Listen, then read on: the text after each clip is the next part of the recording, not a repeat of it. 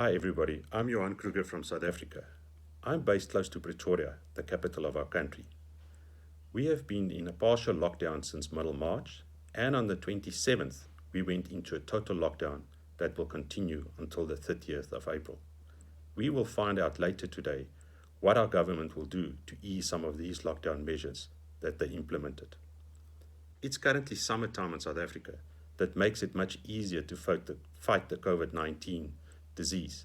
Our winter is still 60 days away, and that will be our real test. Currently, we have managed to flatten the curve. Our mortality rate has been very low, and the testing also been very slow.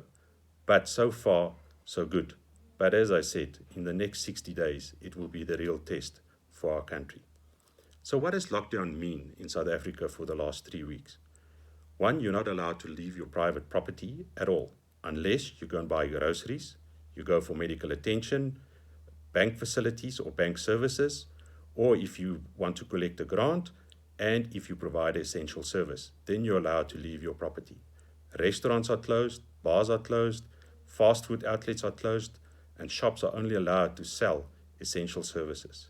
They've gone so far to ban the selling of all hot, pre-prepared food.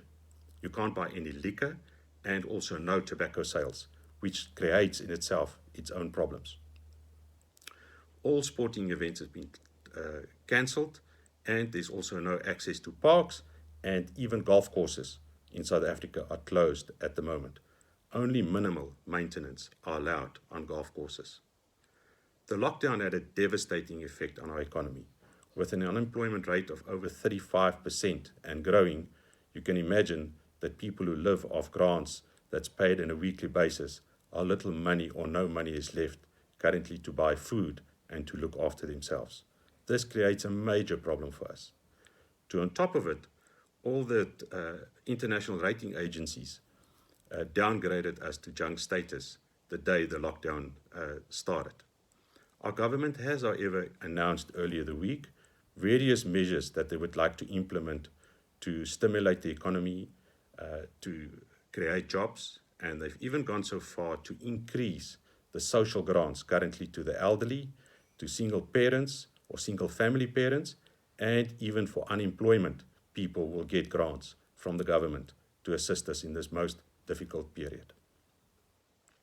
So what has our communities done to date? When it was announced that you're not allowed to go outside your property, most of the members in our communities pushed back and forced the HOA or requested the HOA that they want special exemption. This was not well received in the media, as suddenly the privileged people who want to walk their dogs or want to jog or ride their bicycles, and the majority of the people in South Africa live in informal settlements. But we really all got together and decided that we will adhere to the lockdown regulations as announced by the government. What they did, though, was to allow security services to continue as an essential service. That make it very easy for us to continue with our security and access control measures at the various estates. But we deactivated the visitor management system, which will we don't allow visitors onto our estates unless it's for an essential service that they need to provide.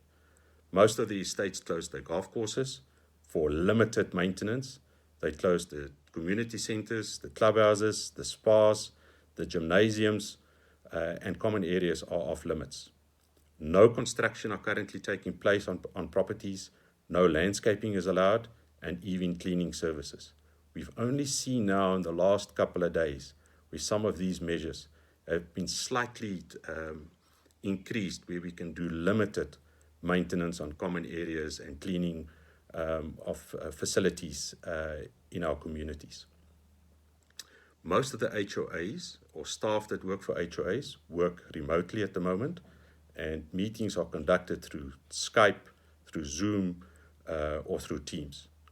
We forced our service providers to adhere to the very strict PPE requirements when it comes to masks, sanitizers, and gloves, and all those things that's required.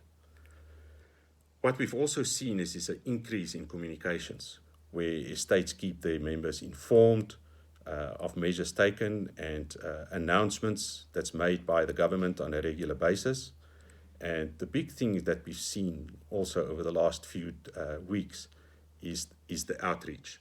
Most of our bigger communities in South Africa are surrounded by informal settlements, and they've started projects or initiatives to reach out to these communities with really basic goods like sanitizers, food, and those kind of things, because it's a massive problem for us in South Africa. Some of the estates that supply their own water and sewer, at least they could continue to provide these kind of services to make sure that the members still get water, still get the necessary maintenance done on sewer systems. The local authorities still look after electricity and those kind of services. But I must say, I think if there was one opportunity for all of us around the world, around the globe, to get together to fight this COVID-19 epidemic, then it's now. I've seen an unbelievable outreach from communities, not just locally in South Africa, but our friends internationally, talking to each other, sharing with each other to make sure that we can beat this disease. I thank you very much and enjoy your day.